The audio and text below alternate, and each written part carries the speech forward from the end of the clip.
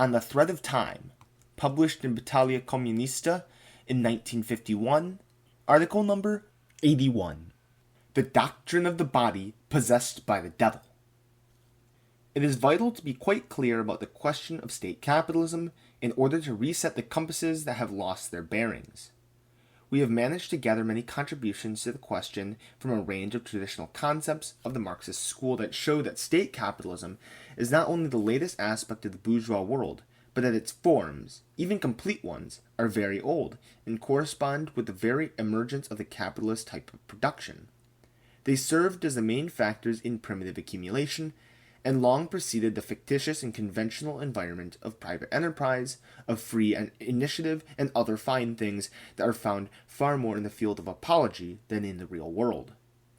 As we have already said, there are many groups in the camp of the left communist anti-Stalinists who do not see things in this way. We say to them, on the basis of earlier texts, for example, wherever it may be, whether there is an economic form of the market, capitalism is a social force, it is a class force, and it has a political stance at its disposal. And let us add the formula, which, for us, expresses very well the most recent aspects of the world economy. State capitalism is not the subjugation of capitalism to the state, but the firmer subjugation of the state to capital.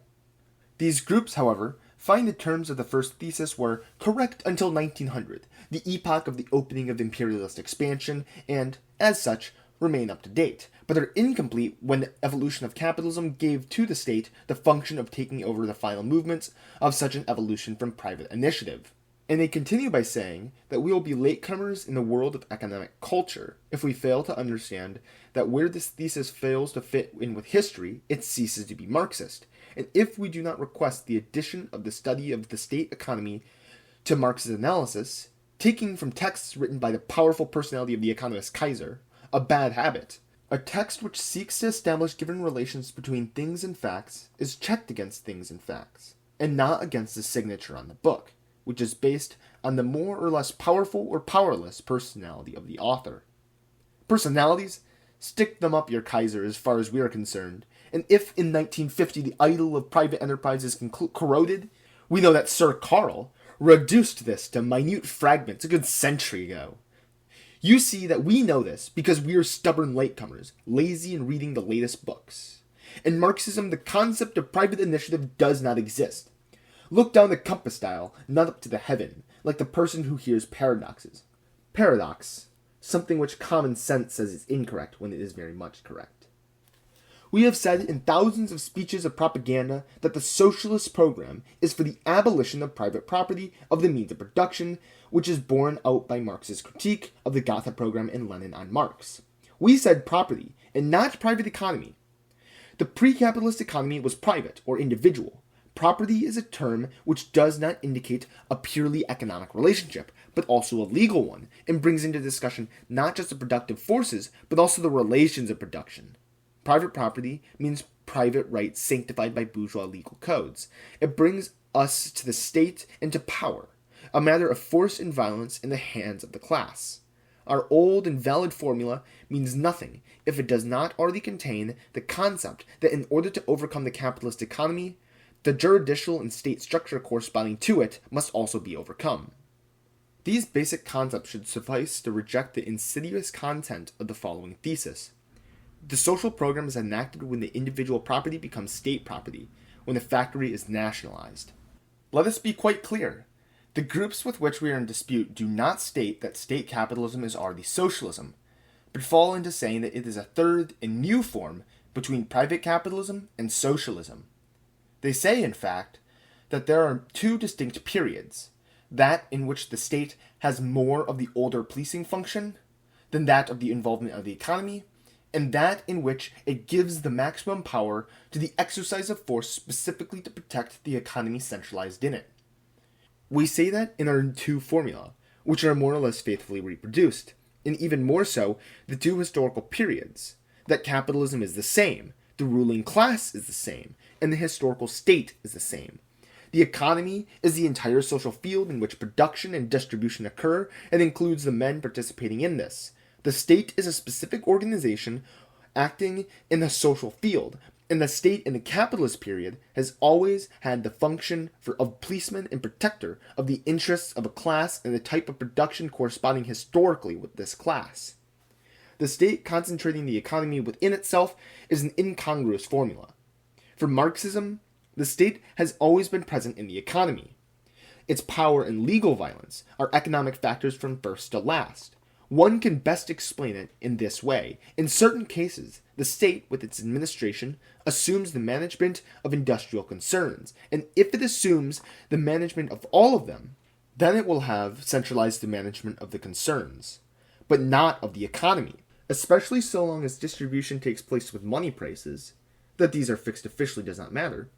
The state is a firm among firms, a contractor among contractors, all the worse in that it considers as firms each of its national enterprises, as with the Laborites, Churchillians, and Stalinists. Getting away from this situation is not a question of administrative measures, but a problem of revolutionary force, of class war.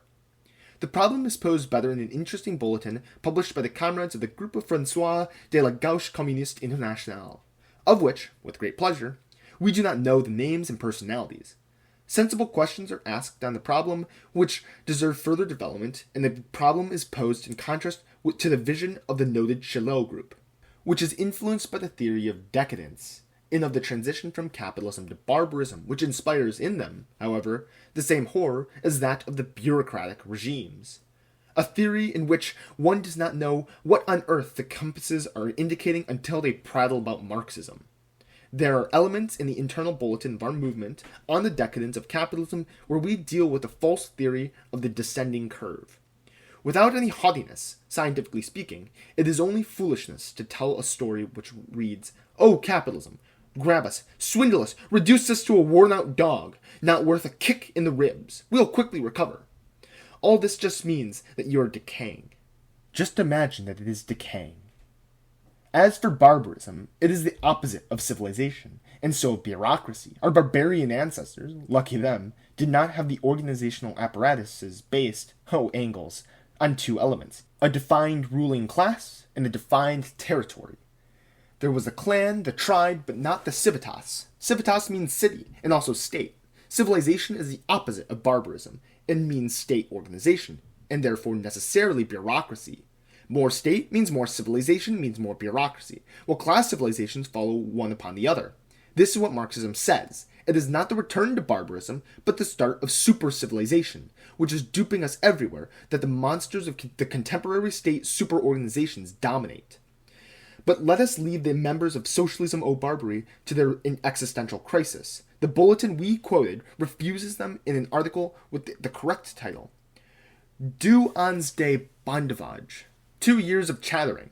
No chattering here, please note. Let us come to the balanced formula with which the French comrades formulated the question. The definition of the ruling class of the state capitalist countries, the exactitude or insufficiency of the definition, capitalism heir to the liberal revolutions. The conclusion presented by this group is correct. Stop presenting the bureaucracy as an autonomous class perfidiously warmed up within the proletariat, and instead consider it as a huge apparatus linked to the given historical situation in the worldwide evolution of capitalism. Here we are on the right track. The bureaucracy, which all class societies have known, is not a class. It is not a productive force. It is one of the forms of production appropriate to a given cycle of class rule. In certain historical phases, it appears to be a protagonist on the stage. We too were about to say in the phase of decadence. They are in fact pre-revolutionary phases, and those of maximum expansion. Why call the society ready for the midwife of revolution the obstetrician who will give birth to the new society decadent? The pregnant woman is not decadent, but the sterile one is.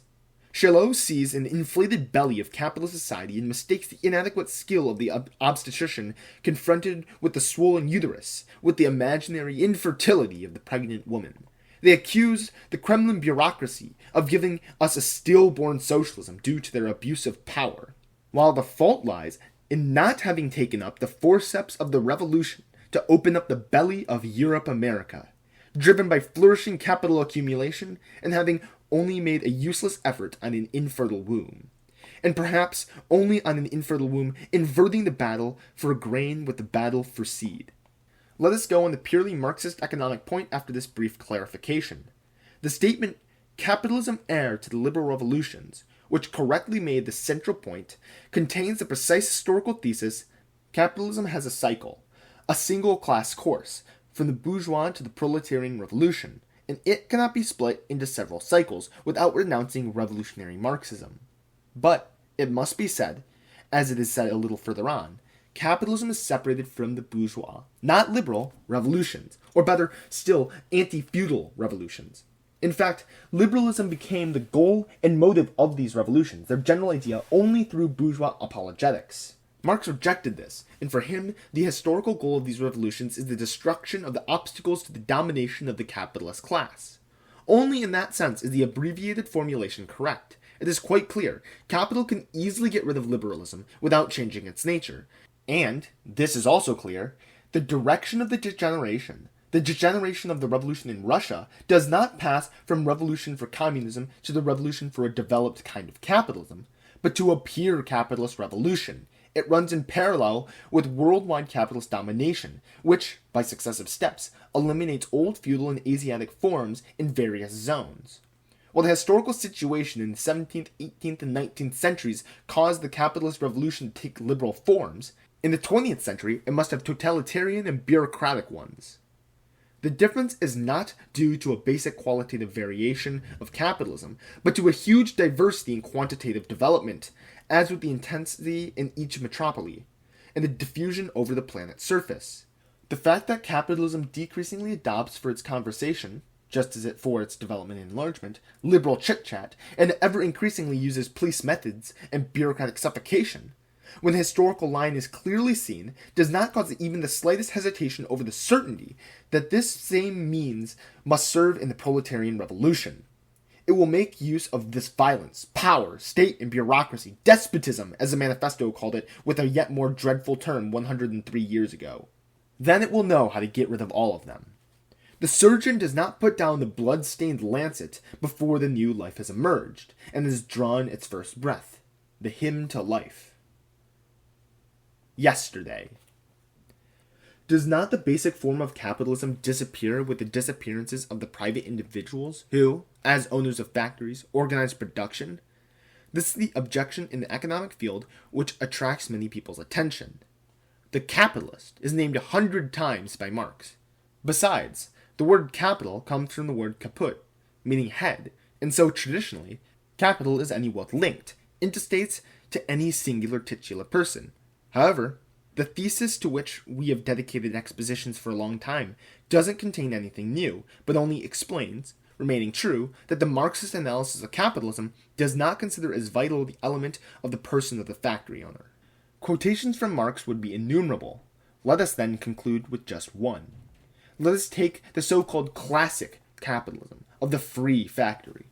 Marx always put these in quotation marks. They in fact characterize the bourgeois school he fought and destroyed with his economic concepts. That is the point that is always forgotten. One naturally supposes that Mr. X, the first capitalist to appear, had a sum of money to hand. Good. Entire sections of Marx's work reply with this question. How come? The replies vary. Theft, robbery, usury, black marketing, or, as we have seen more than a few times, real chatter, or law of the land.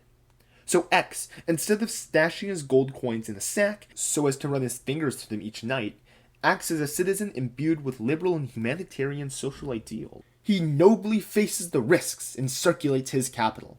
So, first element, accumulated money. Second element, acquisition of raw materials, the classic raw cotton bales of so many little chapters and paragraphs. Third element, acquisition of the works, where he sets up a plant and looms and to spin and weave.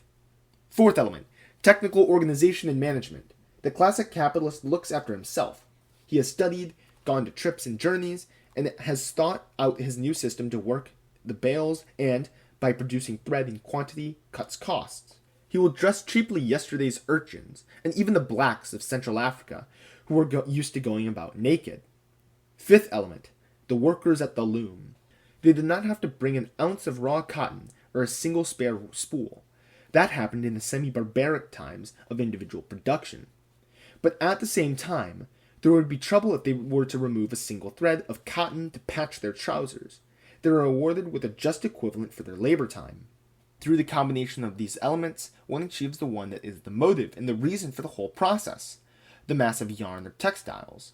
The essential fact is that only the capitalist can take these to market, and the financial return is his and his alone.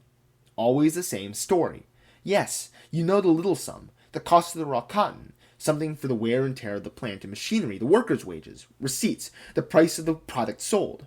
This is greater than the sum of the costs, and the difference constitutes the profit margin to the factory. It matters little that the capitalist does what he likes with the money he gets back. He could do that with his original cash, already without manufacturing anything. The important fact is that after restocking everything to the level of his original investment, he still has a mass of money on hand. He could consume it himself, certainly, but socially he cannot, and something forces him to, in large part, invest it, to translate it into capital again. Marx says that the life cycle of capital consists only in its movement, as value perpetually set in motion, so as to multiply itself. The desire of the person of the capitalist is not required in this, nor would he be able to impede it. Economic determinism not only obliges the worker to sell his labor time, but similarly the capitalist to invest and accumulate. Our criticism of liberalism does not consist in saying that there is a free class and a slave class. There is an exploited one and a profiting one. But they are both tied to the laws of the historical capitalist mode of production. The process is therefore not within the factory, but is social and can only be understood as such. Already in Marx there is a hypothesis of the separation of the various elements from the person of the capitalist entrepreneur, which is substituted with a shared participation in the profit margin of the productive enterprise. Firstly, the money can be got from a lender, a bank who receives periodic interest. Secondly, in such a case, the materials acquired with that money are not really the property of the entrepreneur, but of the financier. Thirdly, in England, the owner of the building, house, or factory may not be the owner of the land on which it stands. Thus houses and factories can be rented. Nothing prohibits the same for looms and other machinery and tools. Fourth element, the entrepreneur may lack technical and administrative managerial capacities. He hires engineers and accountants. Fifth element, workers' wages. Evidently, their payment too is made from loans from the financier. The strict function of the entrepreneur is reduced to that of having seen that there is a market demand for a certain mass of products, which have a sale price above the total cost of the preceding elements. Here the capitalist class is restricted to the entrepreneurial class, which is a social and political force, and the principal basis of the bourgeois state. But the strata of entrepreneurs does not coincide with that of money, land, housing, and factory owners, and commodity suppliers. There are two basic forms and points required to recognize capitalism. One is that the right of the productive enterprise to dispose of the products and the sales proceeds, controlled prices and requisitions of commodities do not impair the right to such proceeds, is unimpaired and unimpairable. What guards this central right in contemporary society is from the outset a class monopoly. It is a structure of power, and the state, the judiciary, and police punish whoever breaks this norm. Such is a condition for enterprise production. The other point is that the social classes are not isolated from one another. They are no longer, historically speaking, castes or orders. Belonging to the landed aristocracy was something that lasted more than one lifespan, as the title was handed down through the generations. Ownerships of buildings or large finances last an average of at least a lifespan. The average period of personal membership of a given individual to the ruling class tends to become even shorter. For this reason, we are concerned with the extremely developed form of capital, not the capitalist. This director does not need fixed people. It finds and recruits them wherever it wants and changes them in even ever more mind-bending shifts. Today. Here we cannot demonstrate that Lenin's parasitic capitalism does not mean that power lies more in the hands of the financial capitalists than those of the industrial capitalists.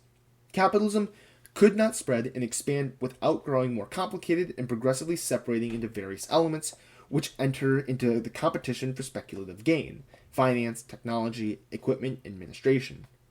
The tendency for the largest margin in social control to slip from the grasp of the positive and active elements to become concentrated in the hands of speculators and business banditry. We shall therefore fly from Mars to Don Sturzo. This latter, with his habitual prudence, took in hand the INA scandal. What he said is interesting. I cannot say what happened during fascism because I was in America, but where these things are the order of the day, many others may come to light. We can be sure of it. The capitalist parasitism of contemporary Italy beats that of Mussolini, and both remain child's play in comparison with the wheel dealer U.S. business. INA had huge finances because it collected all the workers' social security contributions, like other similar state institutions with their well-known initials. It pays slowly, so its safes are stuffed with ready cash. It therefore has a right, since it has no head, no body, and no soul, it's for good reason that we are in the civilization of habeas corpus, not to let such wealth lie idle, so it employs and invests it. What good luck for the modern entrepreneur! He is the capitalist without capital, just as dialectically modern capital is capital without the boss, Acephalus. The bad business, the clever Sicilian priest says, and those in the gallery yearn to soon make an exaggerated oration at his funeral, was a formation of too many front companies under the INA. What the hell are front companies? Some types, versed in business, who have luxurious offices and have crept into economic and political outer offices, who do not have a penny or register stock or building to their names. They do not even rent houses, but live in big hotels. They know Venoni backwards, but Venoni does not know them.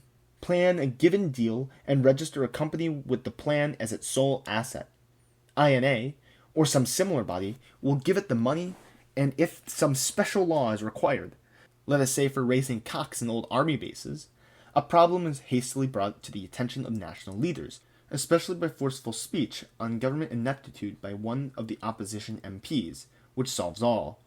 In fact, once the common impresario went to the bank to borrow money to use the business planned, the bank replied, "Good, here it is. Where are your securities? Out with your property and other titles." But a state-run organization does not have these trifling needs. The national good is enough to pull out the cash. The rest of the tale tells itself. If the old impresario, with his plan and production project, created not cocks but cock-ups, he was finished. He did not get his money back and exited from the boss class humiliated. Our front companies, with its brilliant general staff, does not live in the sphere. If it produces cocks, they are sold to poultry farmers for good prices. Money is earned. If, supposing it does not produce cocks, or no one wants cocks, no matter. Handouts, indemnities, and profit shares have been cashed in INA plays for a mistaken cock farm plan. We have explained what state capitalism, or economy centralized in the state, means by this small and banal example. It should be said that the INA's loss is shared by all the poor unfortunate, who pay into its coffers another cut of their daily wages.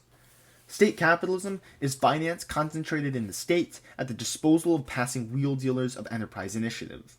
Never has free enterprise been so free as when its profit remained, but the lost risk has been removed and transferred to the community. The state alone can print as much money as it wants and can deal with the forger. The progressive expropriation of small owners and capitalist concentration in successive historical forms is based on this initial principle of force. We have, with reason, repeatedly stated that no economy in which firms present accounts and exchange is carried out in money can avoid such laws. The power of the states is therefore based on the convergent interests of the profiteers benefiting from speculative plans of firms and from their web of deep-seated international relations. How can these states not lend capital to these groups which never settle their debts with the state except by forcing the exploited classes to pay up? There is the proof that the capitalizing states are in chronic debt to the bourgeois class. Or, if you want fresh proof, it lies in the fact that they are obliged to borrow, taking back their money, and paying interest on it. The socialist administration of a centralized economy would not provide outside takings to any plan just as it would not pay interest. Besides, it would not deal in money. Capital is only concentrated in the state for the convenience of surplus value and profit maneuvering. It remains available to all, or available to the components of the entrepreneurial class. No longer simply production entrepreneurs, but openly business entrepreneurs. They no longer produce commodities, but, Marx has already said, they produce surplus value. The capitalist dispersion no longer serves in this. Capital lives without him, but with its same function multiplied 100-fold. The human subject has become useless. A class without members to compose it? The state not at the surface of a social group, but an impalpable force, the work of the Holy Spirit or of the devil. Here is Sir Charles's irony. We offer the promised quotation. Quote, by turning his money into commodities, which serve as the building material for a new product, and factors into the labor process by incorporating living labor into their lifeless objectivity, the capitalist simultaneously transforms value, i.e., past labor in its objectified and lifeless form, into capital, value which can perform its own valorization process, an animated monster which begins to work, as if possessed by the devil. End quote. Capital must be seized by the horns.